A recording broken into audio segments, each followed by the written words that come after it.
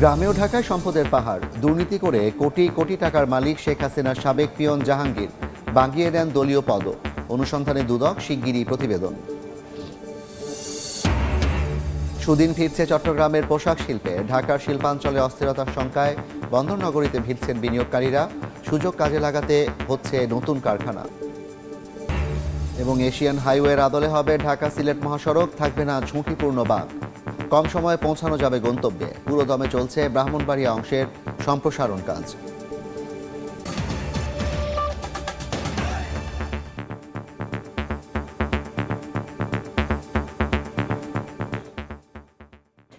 আমন্ত্রণ সময় সংবাদের নিয়মিত আয়োজন বিভাগীয় সময়। থাকছি সপ্তাহের 7 দিন ভিন্ন ভিন্ন বিভাগের সংবাদ নিয়ে। আজ থাকছি চট্টগ্রাম বিভাগ, সঙ্গে আছি আমি জাফর সাদিক। সাবেক প্রধানমন্ত্রীর পিয়ন হয়ে আলাদিনের চেরাগ পেয়ে যান জাহাঙ্গীর আলম। দুহাত ভরে কামিয়ে নেন বিপুল অর্থ। রাজপ্রাসাদ তৈরি করে ছাড়েন টিনের ঘর। এলাকাবাসী বলছেন, আওয়ামী লীগ আমলে দুর্নীতি করে গড়েন সম্পদের পাহাড়। এ নিয়ে অনুসন্ধান করছে দুদক।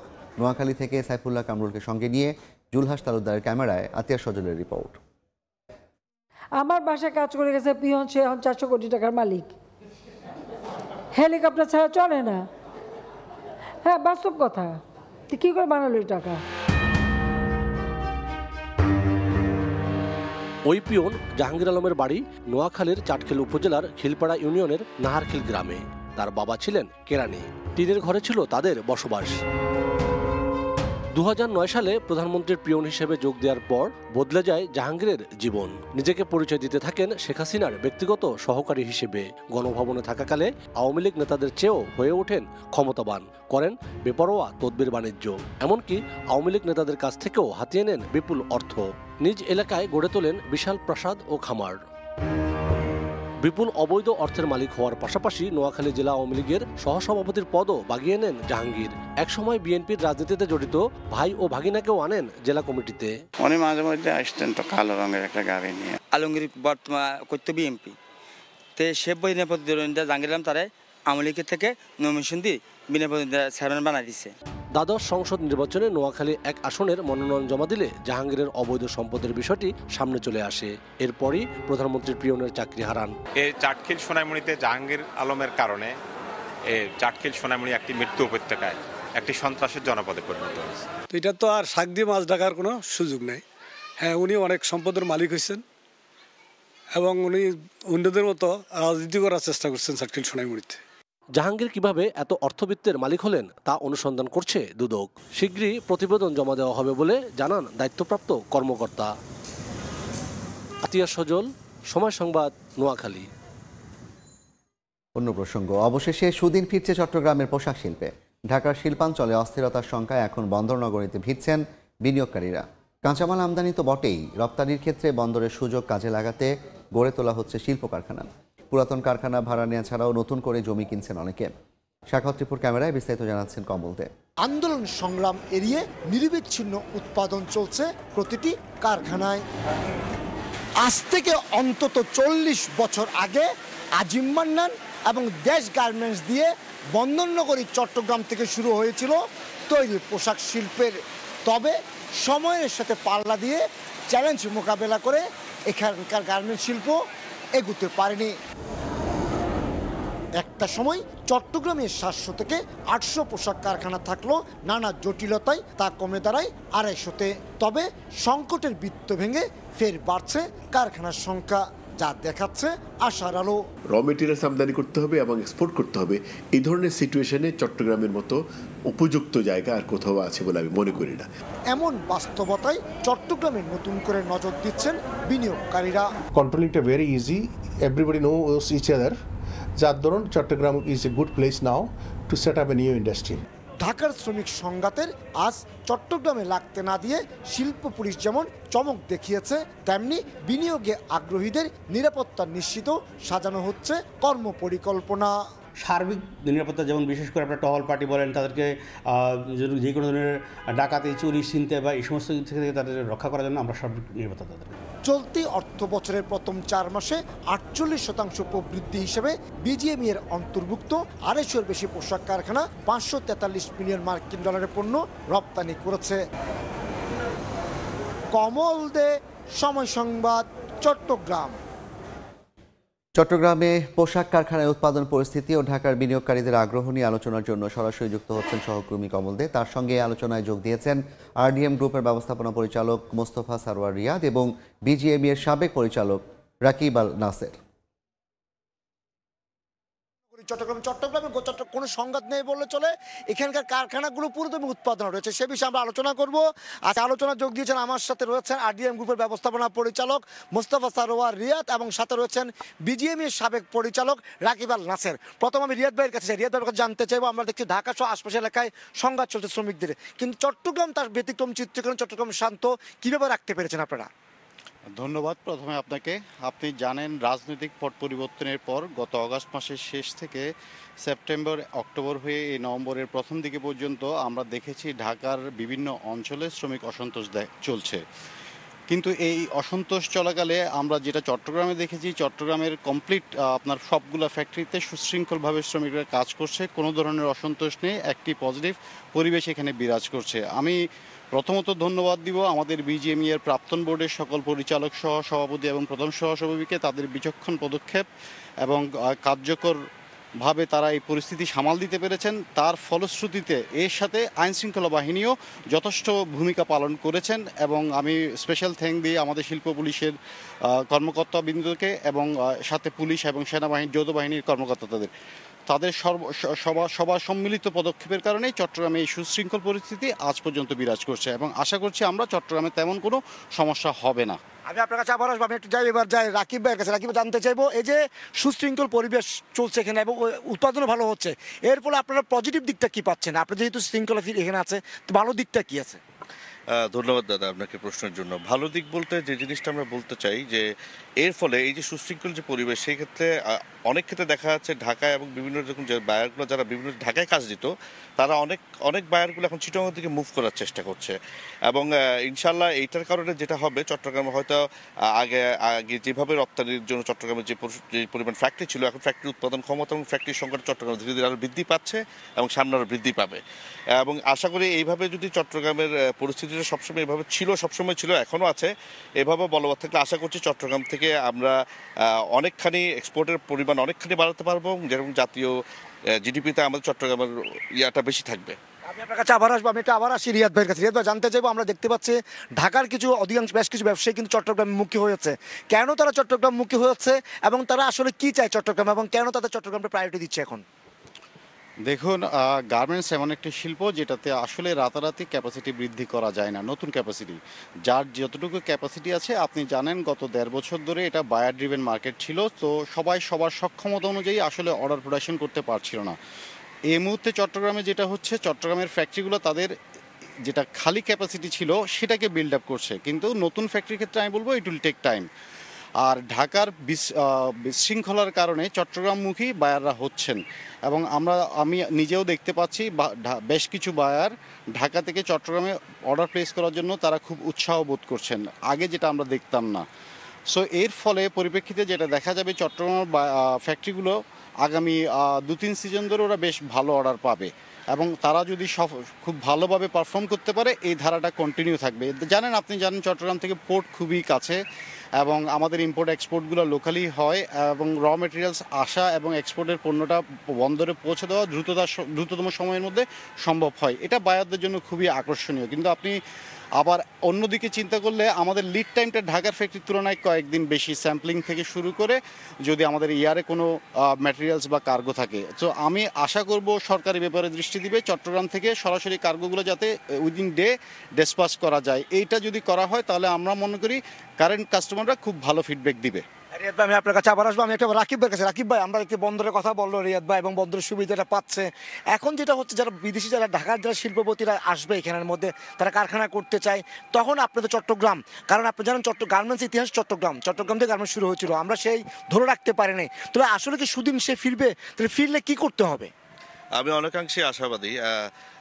আশা করি চট্টগ্রামের সুদিন আবার ফিরবে এবং যে জিনিসটা করতে হবে ইনফ্রাস্ট্রাকচারের যে ডেভেলপমেন্টগুলো আছে। আর চট্টগ্রামের সবচেয়ে ইম্পর্টেন্ট জিনিস হচ্ছে যে বিভিন্ন ফ্যাক্টরিগুলো বিভিন্নভাবে ডিসেন্ট্রালাইজভাবে যেভাবে বিভিন্ন ছড়িয়ে ছিটিয়ে আছে ওগুলোকে সুন্দরভাবে একটা গুছিয়ে একটা প্রকল্পের মাধ্যমে একটা নির্দিষ্ট জায়গায় স্থানান্তরিত করে সুন্দর করে গুছানো। এবং আশা করি চট্টগ্রাম চট্টগ্রাম তো প্রথম থেকে রিয়াদ ভাই বলেই দিয়েছেন যে বন্দরের যে সুবিধাটা চট্টগ্রামের এর জন্য একটা আশীর্বাদ। সব কিছু মিলে আমরা সব কিছু পজিটিভ দিকগুলোকে যদি আমরা চট্টগ্রামে আমরা ক্যাশ করতে পারি, আশা করি চট্টগ্রামের ফ্যাক্টরিও বিল্ড আপ করবে, বিভিন্ন বিদেশি বায়ারগুলো অতি সত্ত্বর বাংলাদেশে অলরেডি চট্টগ্রামে যোগাযোগ করছে সবাই আসার জন্য। এবং ভবিষ্যতে আশা করছি যে Chattogram will be the greatest hub for the export in Bangladesh. আমি আপনার কাছে আসবো, আমি আবার এই সূত্র ধরে আপনার কাছে আসি, জানতে চাইবো যে আসলে এত বছর হওয়ার পরও কেন চট্টগ্রাম একটা গার্মেন্টস পল্লী করে উঠলো না? আপনি তো বিজিএমের সাবেক কমিটিতে ছিলেন, দুজনে ছিলেন, তাহলে আপনারা বিজিএমে কেন একটা পল্লী করে তুলতে পারলেন না এখন পর্যন্ত ইপিজেড ছাড়া? দেখুন, গার্মেন্টস চট্টগ্রাম থেকেই শুরু হয়েছে 80 দশকের শুরুর দিকে, কিন্তু আপনি জানেন আমাদের 53 বছরের ইতিহাসে আমরা দেখেছি ক্ষমতার বিকেন্দ্রীকরণ হয়নি। ফিনান্সিয়াল ইনস্টিটিউটগুলো সেন্ট্রাল ডিসিশনের উপর চলে। চট্টগ্রামের উদ্যোক্তারা যেটা সবচেয়ে বেশি সাফার করে ক্ষমতার বিকেন্দ্রীকরণ না হওয়া এবং ফিনান্সিয়াল ইনস্টিটিউশনগুলোর ঢাকা কেন্দ্রিক ডিসিশন নেওয়াতে আমরা ফিনান্সিয়ালি খুব একটা সাপোর্ট আমরা ফিনান্সিয়াল ইনস্টিটিউশনগুলো থেকে পাই না। তাছাড়া ডিসিশন মেকিংগুলো যখন ঢাকায় হয়, চিটাংয়ের উদ্যোক্তারা আসলে ওই নীতিগত ডিসিশনগুলোতে ইনভলভ থাকে না, তাহলে ওরা ডিসেন্ট্রালাইজ হয়ে যায়। এছাড়া আপনি খুব ভালো করেই জানেন আমাদের চট্টগ্রাম শহরে যতগুলো ফ্যাক্টরি হয়েছে এগুলো চট্টগ্রাম শহরের খুব আপনি উইদিন 10 কিলোমিটার রেঞ্জের মধ্যে সবগুলোকে পাবেন। এর বাইরে খুব বেশি ফ্যাক্টরি হয়নি, কারণ এখানে শ্রমিকের স্বল্পতা রয়েছে, অভাব রয়েছে। আমরা যেটা সবসময় দেখে আসছি। তো আমি যদি চট্টগ্রামে শিল্প বিকাশ করতে হয় তাহলে ক্ষমতার বিকেন্দ্রীকরণ করা লাগবে। ফিনান্সিয়াল ইনস্টিটিউশনগুলোকে সেন্ট্রালি ডিসিশন না হয়ে চট্টগ্রামের মধ্যে ডিসিশন মেকিং ক্ষমতা লাগবে এবং জমির মূল্য এটি অত্যাবশ্যকীয় আপনার শিল্প কারখানার ব্যক্তির জন্য। এই জমির মূল্যটা আমার মনে হয় আমার উৎপাদন শিল্পের জন্য যৌক্তিক পর্যায়ে নেই। আমি আপনার কাছে আবার আসি, আপনার কাছে রাখি বা জানতে চাইবো এই অবস্থা ধরে রাখতে গেলে এখন আমাদের যে শৃঙ্খলা উৎপাদন নিরবিচ্ছিন্ন রাখা, এটা ধরে রাখতে গেলে আমাদের কি করতে হবে? সর্বপ্রথম উৎপাদন এবং শৃঙ্খলা এই নির্বিচ্ছিন্ন রাখতে হলে আমাদের প্রথমত আমরা সবাইকে একত্রিত থাকতে হবে, যেন এটাতে কোনো রকম কেউ যদি সুবিধাভোগী বা বহিরাগত কেউ যদি সুযোগ নিতে না পারে। আল্লাহর রহমতে চট্টগ্রামের মালিকরা এবং শিল্প পুলিশ এবং যৌথ বাহিনী যারা সবাইকে ধন্যবাদ, সবাই একত্র আছে বলে এটা হয়নি। চট্টগ্রামের সবচেয়ে ইম্পর্টেন্ট জিনিস আমি একটা জিনিস যেটা বলতে চাই, পার্টিকুলার ব্যাংকিং সেক্টরটা, চট্টগ্রামের ব্যাংকিংটা যে হিসাবে ব্যাংকগুলো যেভাবে চট্টগ্রামের ফ্যাক্টরি বা ব্যবসায়ীদের সাথে যে ব্যাংকিং যে স্ট্যান্ডার্ডটা মেনটেন করি, স্ট্যান্ডার্ডটা ফার বিলো দেন ঢাকা। এবং এইটাকে যদি একটু ভালো করতে পারে আর একটু ব্যাংকগুলো যদি একটু মনোযোগী হয় চট্টগ্রামের ব্যবসায়ীদের প্রতি, আশা করি আরও বেশি ভালো করতে পারবে।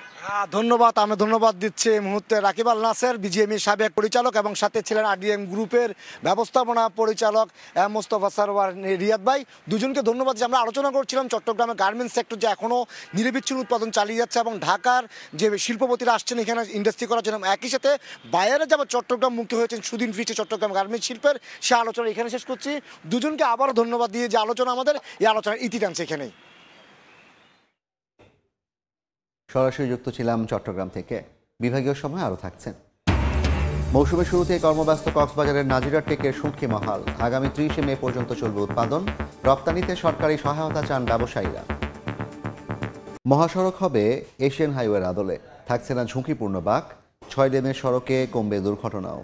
অল্প সময়ে পৌঁছানো যাবে গন্তব্যে। তাই ঢাকা সিলেট মহাসড়কের ব্রাহ্মণবাড়িয়ার 21 কিলোমিটার অংশে মহাসড়ক সম্প্রসারণের কাজ চলছে পুরোদমে। এর মধ্যে শেষ হয়েছে সরাইলের কোট্টাপাড়া থেকে বিজয়নগরের সাতবর্ণ পর্যন্ত 23টি ব্রিজ কালভার্টের পাইলিংয়ের কাজ। হৃদয় পালের ছবিতে উজ্জ্বল চক্রবর্তীর রিপোর্ট। চলছে বিশাল কর্মযজ্ঞ, নানা অবকাঠামো নির্মাণে ব্যস্ত শ্রমিকরা। ঢাকা সিলেট মহাসড়ক 6 লেনে উন্নীতকরণের কাজ চলছে পুরোদমে। বর্ষায় 4 মাস কাজ বন্ধ থাকলেও শুষ্ক মৌসুম শুরু হয়, ফের নির্মাণ কাজ চলছে সকাল সন্ধ্যা। মহাসড়কের ব্রাহ্মণবাড়িয়ার 21 কিলোমিটার অংশের কাজ করছে 2টি ঠিকাদারি প্রতিষ্ঠান। এরই মধ্যে প্রকল্পের মোট 9 ভাগ কাজ শেষ হয়েছে। কম গতির গাড়ি এবং দ্রুত গতির গাড়ি তারা সেপারেট লাইনে থাকবে এবং তাতে দুর্ঘটনার প্রবণতা অনেক কমে যাবে। এই প্রজেক্ট হলে আমাদের দেশে এবং বিদেশের এইটার গুরুত্ব অনেক বেশি এবং এখানে উপকারভোগীগুলোও অনেক বেশি হবে। এলাকাবাসী বলছে বর্তমানে 2 লেনের সড়কে একাধিক ঝুঁকিপূর্ণ বাঁক রয়েছে, যে কারণে প্রায়শই ঘটছে ছোট বড় দুর্ঘটনা। রাস্তা বড় হইলে ছোট গাড়ি এক সাইডে চলবো, আমরা আমাদের সাইডে চলবো। 1 বাই রোড হইলে আমরা চালাইতে সুবিধা হইব। 6 লেনে যদি এটি উন্নীত হয় তাহলে গাড়িগুলো নির্দিষ্ট লেনে চলাফেরা করতে পারবে এবং আমি মনে করি দুর্ঘটনা অনেকাংশেই কমে আসবে। ঢাকা সিলেট মহাসড়কের ব্রাহ্মণবাড়িয়া অংশ সম্প্রসারণে ব্যয় ধরা হয়েছে 1300 কোটি টাকা। 2028 সালের জুনে পুরো প্রকল্পের কাজ শেষ হওয়ার কথা রয়েছে। উজ্জ্বল চক্রবর্তী, সময় সংবাদ, ব্রাহ্মণবাড়িয়া। বিভাগীয় সময় আরও থাকছেন। রাঙামাটিতে সাফ জয়ী 3 ফুটবলারকে রাজস্বিকভাবে বরণ করল জেলা প্রশাসন। মোটর শোর পর লালগালিচা সংবর্ধনা পেলেন 4 লাখ টাকা আর্থিক পুরস্কার। কক্সবাজারের নাজিরার টেকের শুঁটকির কদর দেশ জুড়ে। আগামী 30 মে পর্যন্ত চলবে উৎপাদন কার্যক্রম। শুঁটকি রপ্তানিতে সরকারিভাবে উদ্যোগ নেওয়ার দাবি জানিয়েছেন ব্যবসায়ী নেতারা। মোহাম্মদ ফরাজের ছবিতে সুজাউদ্দিন রুবেলের রিপোর্ট। সাগর থেকে ধরে আনা 20 প্রজাতির মাছ সূর্যের তাপে শুকিয়ে তৈরি করা হচ্ছে শুঁটকি। আবহাওয়া অনুকূলে, তাই দম ফেলার সময় নেই শ্রমিকদের। কক্সবাজারের নাজিরার টেক শুঁটকি মহাল বঙ্গোপসাগরের পাশ ঘেঁষে বালুচর জুড়ে গড়ে ওঠা দেশের সবচেয়ে বড় এই শুঁটকি মহালে এখন পুরোদমে চলছে উৎপাদন। ভালো পানি থেকে পরিষ্কার করে ধুয়ে তারপর মাছ শুকানো দিই, তারপর 2-3 দিন লাগে আমাদের মাছগুলো শুকানোর জন্য। ধুয়ে শুকাই দিই, তারপরে 1 সপ্তাহ পরে আমরা সিটানে সালাম দিয়ে দিই। ব্যবসায়ীরা বলছেন শুঁটকি উৎপাদনে ধুম পড়লেও মিলছে না ন্যায্য দাম, কেননা কাঁচা মাছ ও বাঁশের দাম দ্বিগুণ। সেই সঙ্গে বেড়েছে শ্রমিকের মজুরিও। চুরি মাছ আগে কিনছি 150 টাকা, এখন কিনা পরে 250 টাকা। মাছ শুকাইয়া আমরা ন্যায্য দাম পাচ্ছি না। ন্যায্য মূল্য নিশ্চিতে শুধু পৃষ্ঠপোষকতাই নয়, রপ্তানির জন্য সরকারি উদ্যোগ চান ব্যবসায়ী নেতারা। সরকারিভাবে উদ্যোগ নিয়ে যদি আমাদের এই শুঁটকিগুলো যদি বাইরে রপ্তানি করার জন্য ব্যবস্থা হতো, তাহলে আমরা আরও একটু আগাতে পারতাম। চলতি মৌসুমে শুঁটকি উৎপাদনের লক্ষ্যমাত্রা ধরা হয়েছে 1,30,000 মেট্রিক টন, যার বাজার মূল্য অন্তত 500 কোটি টাকা। সুজাউদ্দিন রুবেল, সময় সংবাদ, কক্সবাজার। খেলার খবর। সাফ জয়ী বাংলাদেশ নারী ফুটবল দলের 3 সদস্য মনিকা চাকমা, রূপনা চাকমা এবং ঋতুপর্ণা চাকমাকে সংবর্ধনা দিল রাঙামাটি জেলা প্রশাসন। পাশাপাশি এই ফুটবলারদের সাবেক কোচ এবং বিদ্যালয়ের প্রধান শিক্ষক ছাড়াও জেলার আরেক কৃতি সন্তান জয়া চাকমাকেও সংবর্ধনা দেওয়া হয়। সকালে কাউখালী উপজেলার ঘাগড়া উচ্চ বিদ্যালয় থেকে এই 3 ফুটবল কন্যাকে নিয়ে মোটর শোভাযাত্রা করা হয়। জেলা স্টেডিয়ামে এসে শেষ হয় আয়োজন। এখানে লাল গালিচা সংবর্ধনা পান মনিকা, রূপনা এবং ঋতুপর্ণা। পরে জেলা প্রশাসক সহ স্থানীয় পুলিশ এবং সেনাবাহিনীর ঊর্ধ্বতন কর্মকর্তাদের উপস্থিতিতে ফুটবলারদের উত্তরীয় পরিয়ে দেন। পরে ফুটবলারদের হাতে 5টি সংগঠনের পক্ষ থেকে তুলে দেওয়া হয় 4 লাখ টাকা করে আর্থিক পুরস্কার এবং সম্মাননা স্মারক। এবার জেনে নেব চট্টগ্রাম বিভাগের গত সপ্তাহের আলোচিত ঘটনা। নানা আয়োজনে 18 নভেম্বর পালিত হলো চট্টগ্রাম বিশ্ববিদ্যালয়ের 58তম প্রতিষ্ঠা বার্ষিকী। এই উপলক্ষে কেক কেটে প্রতিষ্ঠা বার্ষিকী পালন সহ স্মৃতিচারণ ও আলোচনা সভা অনুষ্ঠিত হয়। জুলাই বিপ্লবে বিশ্ববিদ্যালয়ের শহীদ 2 শিক্ষার্থী ও সারা দেশের শহীদদের জন্য দোয়া এবং নিরাপত্তা পালন করা হয়। দিনটি উপলক্ষে শিক্ষার্থীদের জন্য অনলাইন ব্যাংকিং সেবারও উদ্বোধন করা হয়। 21 নভেম্বর রাতে বান্দরবন শহরের এসএ পরিবহন কাউন্টারের পাশে থেমে থাকা একটি ট্রাক থেকে টিসিবির পণ্য চুরি করছিল একটি চক্র। স্থানীয়দের সন্দেহ হলে তারা পণ্যগুলো জব্দ করেন, তবে পালিয়ে যায় চক্রের সদস্যরা। খবর পেয়ে ঘটনাস্থল থেকে টিসিবির 22 বস্তা চাল ও 15 বস্তা ডাল জব্দ করে থানায় নিয়ে যায় পুলিশ। এবং সুদিন ফিরছে চট্টগ্রামের পোশাক শিল্পে। ঢাকার শিল্পাঞ্চলে অস্থিরতার শঙ্কায় বন্দর নগরীতে ভিড়ছেন বিনিয়োগকারীরা। সুযোগ কাজে লাগাতে হচ্ছে নতুন কারখানা।